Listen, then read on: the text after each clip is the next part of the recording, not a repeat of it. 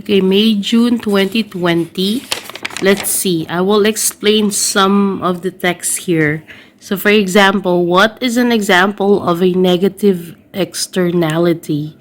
First is the low profit due to the increased competition of new firms entering the market. So, you have the word low profit, which means that it's an example of negative externality.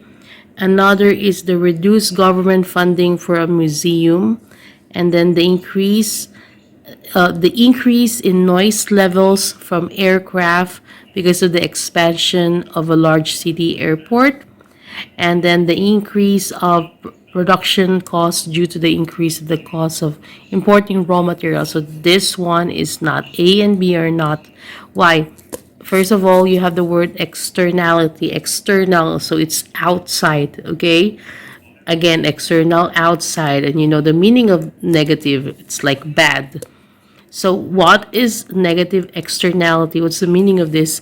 It's a cause that affects a party who did not choose to incur that cost. Okay, so it means it's a cost that affects a party. So these are the effects.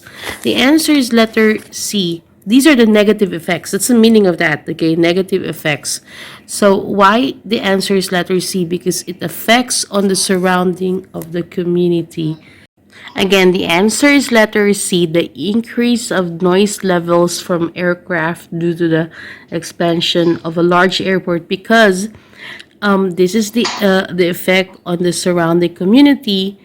Okay, these are the effects who are not directly involved in the airport operation. So, what are those negative effects? These are like health impacts or aside from this community annoyance. So again, negative externality, it's all about the cost that affects a party who did not choose to incur that cost. External, okay, outside. It's not directly involved in any company operations.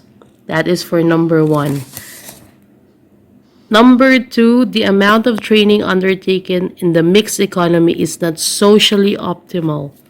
So, first of all, what is social optimal, or what another term is social optimum. Social optimum is the situation where the total welfare of the society is maximized. Again, socially, again, the term all about the society. Optimal or the optimum is, of course, maximize. That is your keyword. And the answer is letter C. The individual's benefit from a training is less than the benefit to society. It's really obvious why. Because, of course, when we say individual's benefit, we're talking about the personal's benefit. Okay, the benefit from training is less than the benefit to society. Why? Because these are private benefits. And these private benefits received by individuals from the training do not really fully capture the total social benefits. So, again, so in a society, if there are some private benefits, it's not really the social benefits are not fully maximized. Okay, so these situations are always in the mixed economy. And remember, if it is a mixed economy, it doesn't have social optimum. Four bus companies control more than two-thirds of the market in a country. Then the critics claim that these companies fix prices, so that's your clue, on some routes to maximize the revenue. Again, fixing the prices to maximize the revenue while, okay, lowering the prices on other routes. Again, lowering the prices on the other routes to stop smaller competitors entering the market. And the question is, which anti-competitive practices are these companies accused of? So, First of all, we need to know what's the meaning of anti-competitive practices. These are the strategies used by businesses and even some governments that reduce or decrease or prevent competition in a market. And there are many anti-competitive practices. For example, is collusion. Okay, and when we say collusion, it means that the business agree or often secretly set up prices at a certain level. Okay, so you see, you can find that collusion is the answer because you have to fix prices on some routes to maximize revenue. On the other hand, when we say limit pricing, it is an anti-competitive strategy which involves setting prices low enough to deter new competitors from the market entry. So a company A sets a low price and the new competitors will suffer. Okay. Another is what we call the price leadership. It means that there's one company sets the price for a product or a service, and of course the rest will follow, like market leader. And then you have what we call the price discrimination. So when we say price discrimination, it means that a company is changing different prices to different people based on the willingness to pay. So, for example, you you you sell one product, okay, and since you sell it in a lower price if they are your friends, but if they are not your friends, then they will set a high price. That is price discrimination. Discrimination, that's your keyword.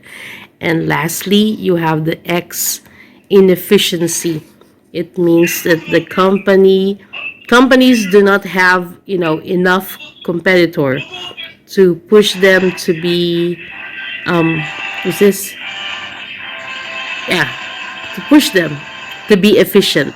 So obviously it's not the correct answer, okay? X, efficiency. The answer is collusion and limit pricing. So obvious because you have the fixed prices on some routes, and then you have also lowering the prices. That's your clue. What's the purpose of anti-competitive practices? They increase the market power. Okay, so these are like a no in any market. If there is anti-competitive practices, it means that there's the maintenance of the high prices. There's the reduction of the quality of the products. Again, less innovation, and the company is using these practices, okay, to control the whole market.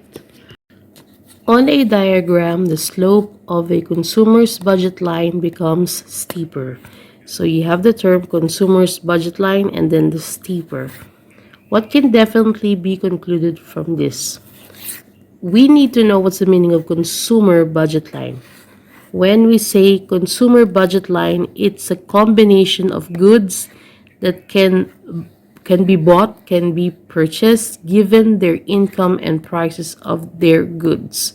Again, consumer's budget line is it's the consumer's good, the combination of two goods. And you can identify it in a slope, and the slope is based on the ratio, okay, how balanced the prices of the two goods.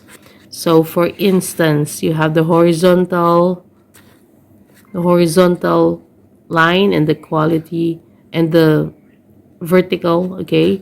So the horizontal is the quantity of one good and the vertical is the quantity of another good. So again, if it is steep, okay, because why the consumer's budget line becomes steeper, we have to know what's the meaning of that.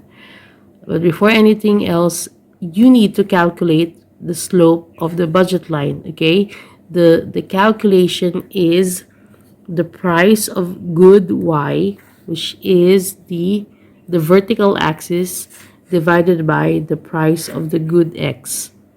Okay, so this good divided by this good, y divided by x. Okay, now you have here this, formula. Okay, if the and the technique, if the price of good x, the one in the horizontal, okay, is increasing, again, if the horizontal, okay, the price of the good in the horizontal is increasing, there will be steeper budget line. Why? Because the consumers can afford less of good X. Okay, for each unit, a good Y they give up. So again, the price or the consumer's budget line will become steeper if the price of good X, and the X here is the horizontal. Okay, if the price in the horizontal, the price of the goods in the horizontal axis increases, then it means the budget line will become steeper. So the answer here is letter D. The table shows the total cost at different levels of output for a firm producing the chairs. So these are the number of outputs. If it is 0, the total cost is 50. So there is an increase, okay, depending on the number of chairs. So the question, this is the total cost, okay? So it means that it's combination of the other cost, which is like the variable cost and the other one. So the question is, what is the average variable cost when the output is 4 chairs? So you have to focus on number 4 here, okay? The total cost is 94. Now, all you need to do is to identify what is the variable cost, the average variable cost of 4 chairs, okay? So what does it mean? So this is what we're going to do. So the total expenses or the cost is 94, okay? If you have 4 chairs. If you have 0 chairs, the total cost is 50. So what you need to do is to subtract. 94 divided by 50 is 44. So it means that this 44 here, okay, will be divided into 4 because there are 4 chairs. Okay, 4 pieces of chairs. So it means that 44 divided by 4 equals 11. So this is your average variable cost. At which level of output will a firm achieve the aim of sales maximization? Maximization is like selling the highest possible quantity of goods without incurring the losses. And you have here AC is equal AR, AC equals to MC, MC equals to AR, or MR equals to 0. So what are those AC, AR, MC? So when we say AC, it means the average cost. And when we say average cost, it's the cost per unit of output. And when we say AR, AR means average revenue. It's the revenue per unit sold. When we say MC, it's what we call the marginal cost. It is the cost of producing one more unit. Again, that's your clue. One more unit of the cost. And MR is the marginal revenue. It is the revenue from selling one more unit. So the word marginal, all you need to do is to think about one more unit. That's your clue. Marginal, clue is one more unit. So the question here is, which level of output will a firm or a company can achieve the sales maximization? Actually, the answer is AC and AR, so I do not know really why the answer is AC is equal to AR. Well, AC is like average cost is equals to average revenue. But my answer is actually MR, which is the marginal cost, equals zero. Why? Okay, first of all, like the firm has reached the maximum sales revenue. And well, my opinion is the selling of any additional units beyond this point will not bring in any more revenue. So, I mean, it's being maximized. So that is my answer. I hope that, this one will get it. And then this one, in market economies, firms can operate under monopolistic competition. And when we say monopolistic competition, it means that there are many companies, many businesses sell products that are similar but not identical. Okay? Again, many companies are selling the products, similar products but not identical. And the question here is which feature, or which characteristic is not typical of this type of market. So there are three features of monopolistic competition except for one.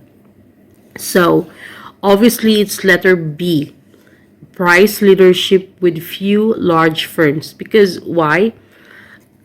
When we talk about the price leadership, we're talking about actually, the oligopolies. It's another type of market economy, because when you say oligopolies, it means that there are few, big or large companies which dominate the market.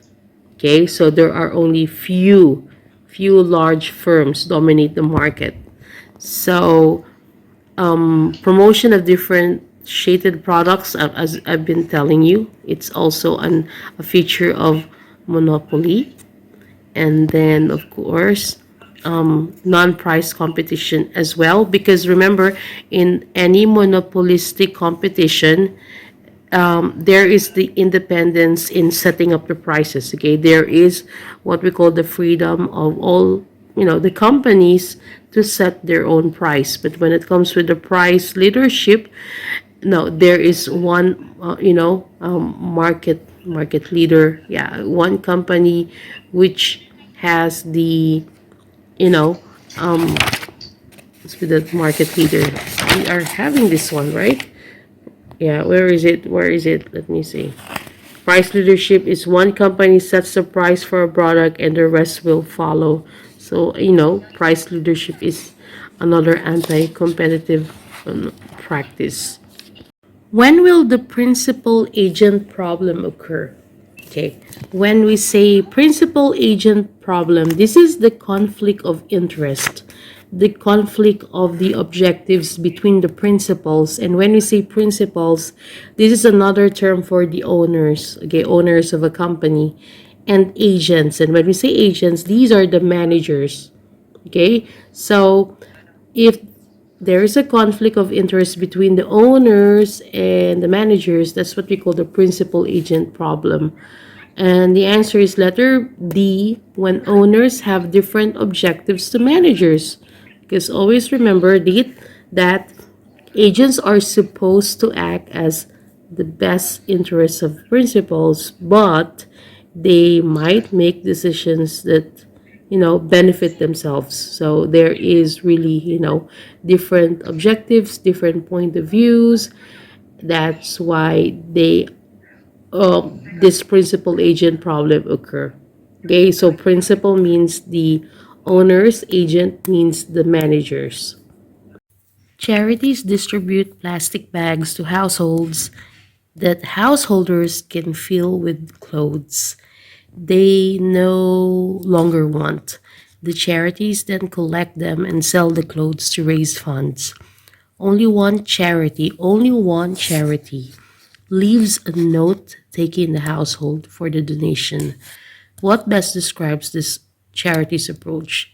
So there are many approaches for the consumers, okay, and also strategies coming from the companies, from the businesses. One is a game theory. Okay, it's a strategy. It's like a strategic game wherein businesses or individuals anticipate the actions and reactions of others to make own predictions. So they anticipate, they expect, okay, the reactions of other people, and then they predict the outcomes. The second is the idea about the monopoly behavior. Again, monopoly behavior, just like the monopoly game, wherein one player is really controlling the market. And when we say non-price competition, so again, you have the words, the terms non-price. So instead of the businesses competing over the price, okay, they try to attract the customers with other means. For instance, branding, quality, and even the customer service. So it's a kind of competition wherein they don't compete over the lower price of the product or service, but rather they compete based on the branding, the quality, and the customer service. And then we have this what we call nudge theory. So the idea of it is to companies gently push people towards making better decision without the force. So it means that it's a subtle way to encourage a desired behavior without forcing someone to do it. And in this case, you have only one charity leaves a note taking the householder for the donation. Obviously, the charity's approach is the nudge theory. Again, it's a subtle, it's not a force, okay? It's not a force way to do something. They encourage a desired behavior. At the same time, there are no pressures at all. That's the item about, that's the thing about nudge theory. What could prevent a market failure?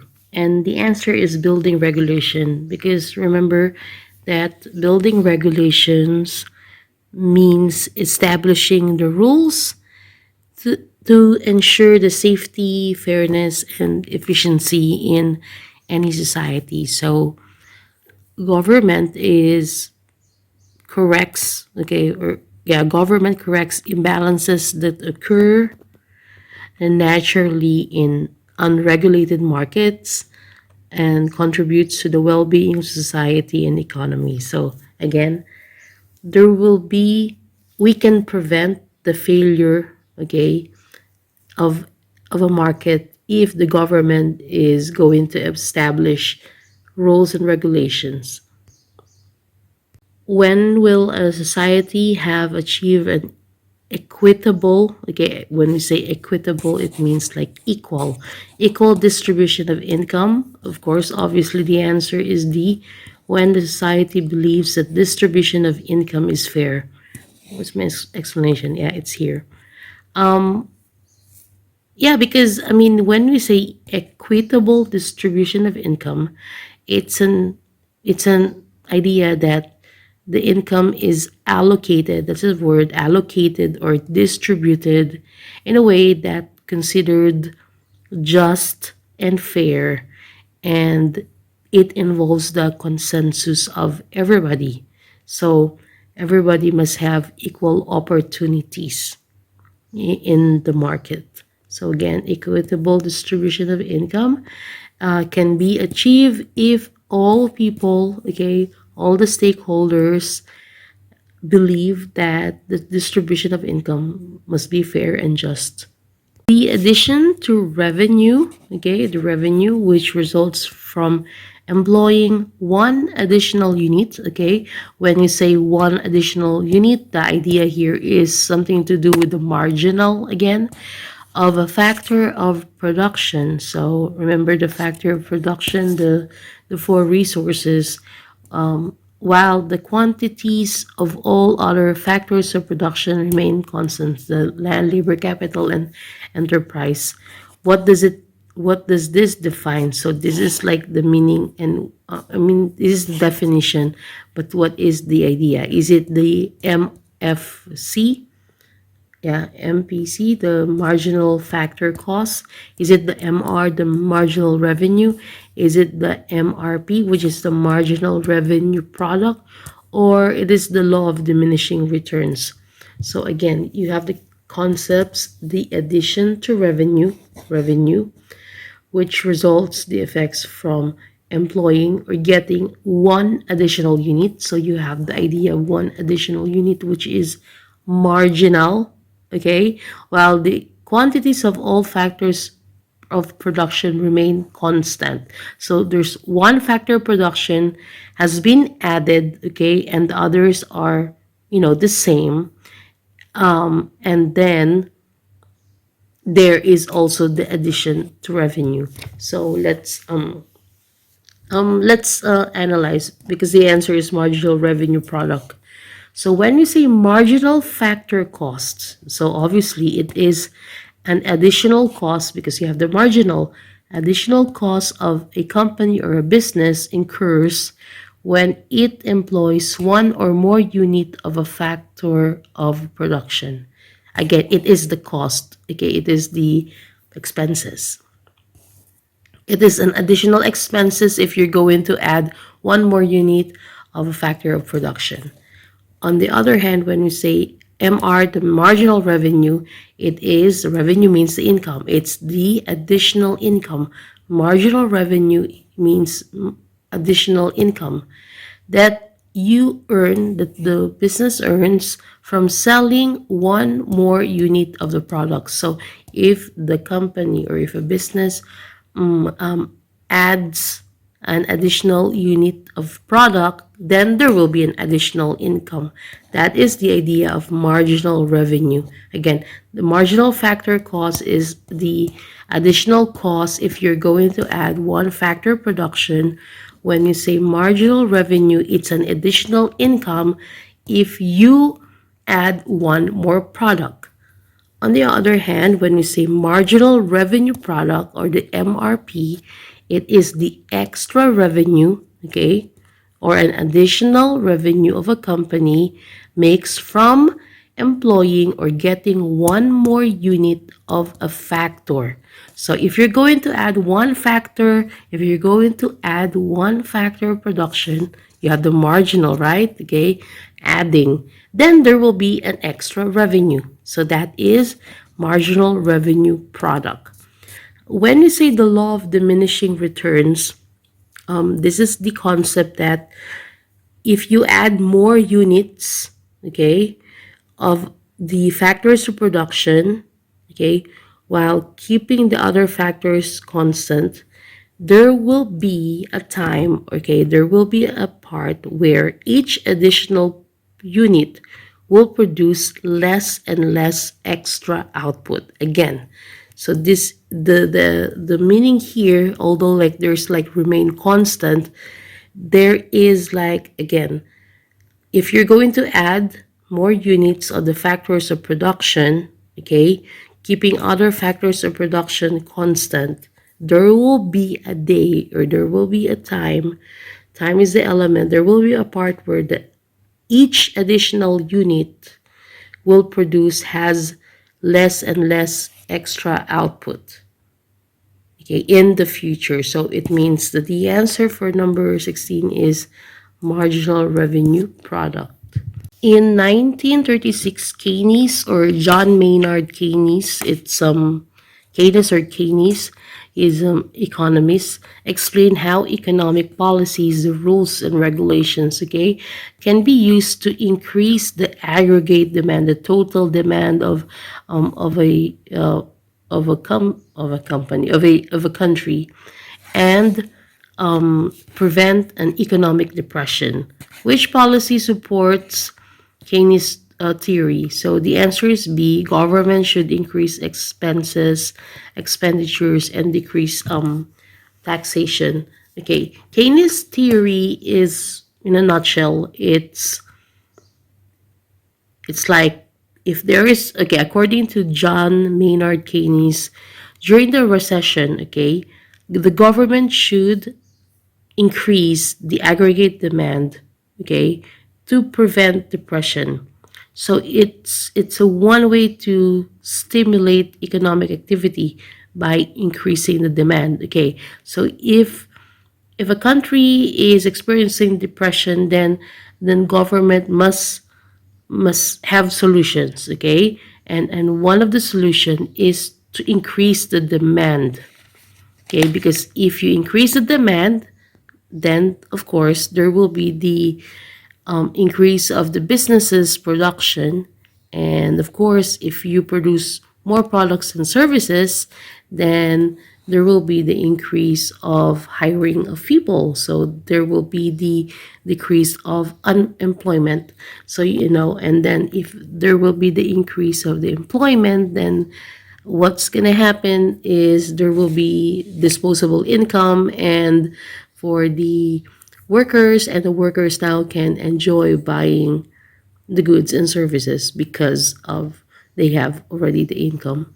So yeah, so when economy is slow, when according to Keynes, when economy is slow, the government should spend the money. Okay, how does the government spend the money?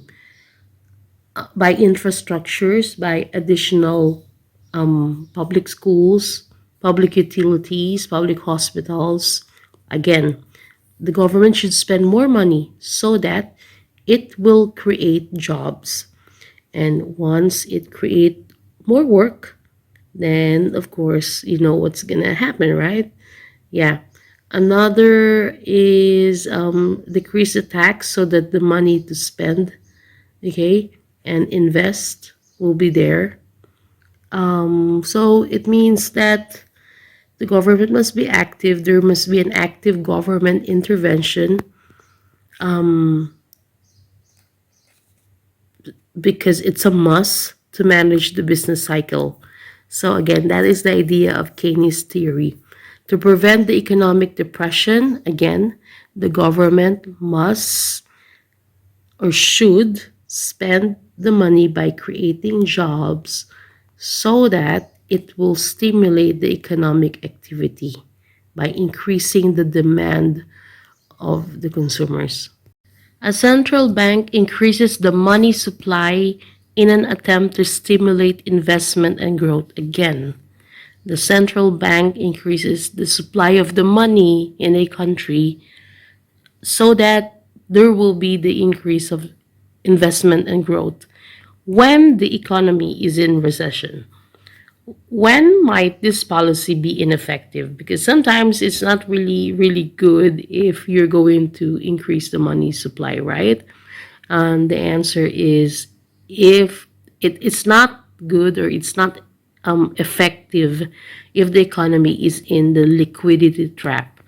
Okay, the idea of liquidity trap is that the reason behind it's because the interest rates are low, and then there will be hoarding of cash. Why? Because people are not responding by spending or investing. Again, if there's a recession, and if the solution of the central bank is to increase the money supply, okay, there's a mindset of people that they will not going to spend their money, okay, or invest their money, because they are in the recession. Okay, there's the hoarding of the cash. They want to get cash more, and they just want to save it. So this is not a good way to solve the problem. Okay, when you say poverty trap, it means that people find it difficult to escape the poverty.